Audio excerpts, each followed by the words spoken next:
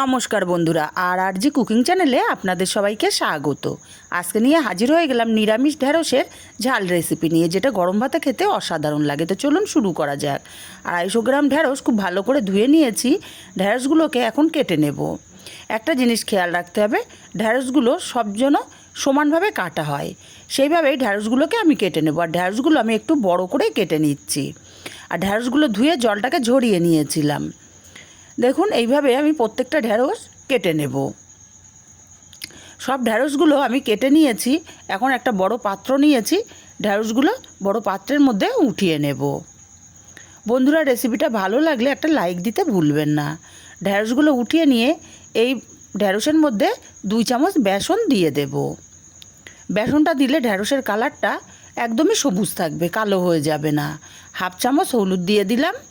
আর দেবো 1/2 চামচের কম ঝাল লঙ্কার গুঁড়ো। আর দেবো 1/2 চামচের কম লবণ। প্রথমে শুকনো মশলাগুলো ঢ্যাঁড়সের সাথে মাখিয়ে নেব।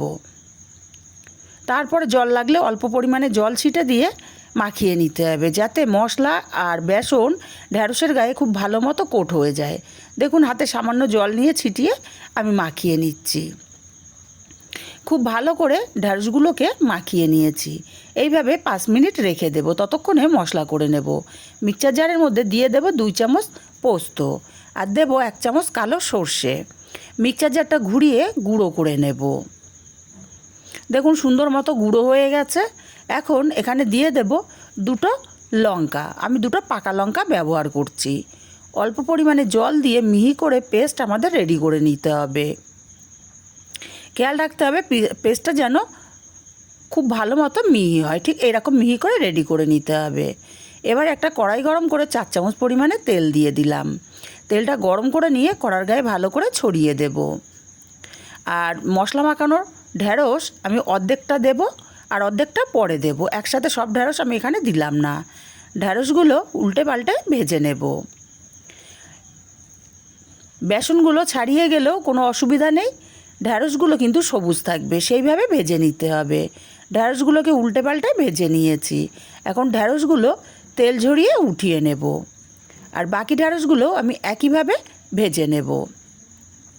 বন্ধুরা, এই রেসিপিটা খেতে কিন্তু অসাধারণ লাগে, অসাধারণ। একদিন হলেও বাড়িতে বানিয়ে দেখবেন, দারুণ লাগে খেতে।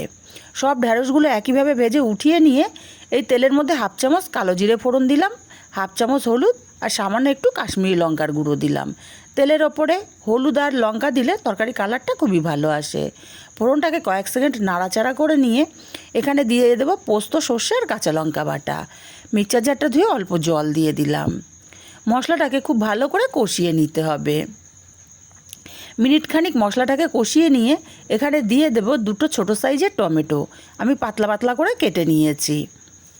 টমেটোগুলো দিয়ে সামান্য একটু লবণ দিয়ে দেব, যাতে টমেটোটা তাড়াতাড়ি সেদ্ধ হয়ে যায়। টমেটোটাও মশলার সাথে কষিয়ে নেব ভালো করে। দেখুন, টমেটোটাও বেশ গলে গলে গেছে। 2 মিনিট সময় নিয়ে কষিয়ে নিয়েছি।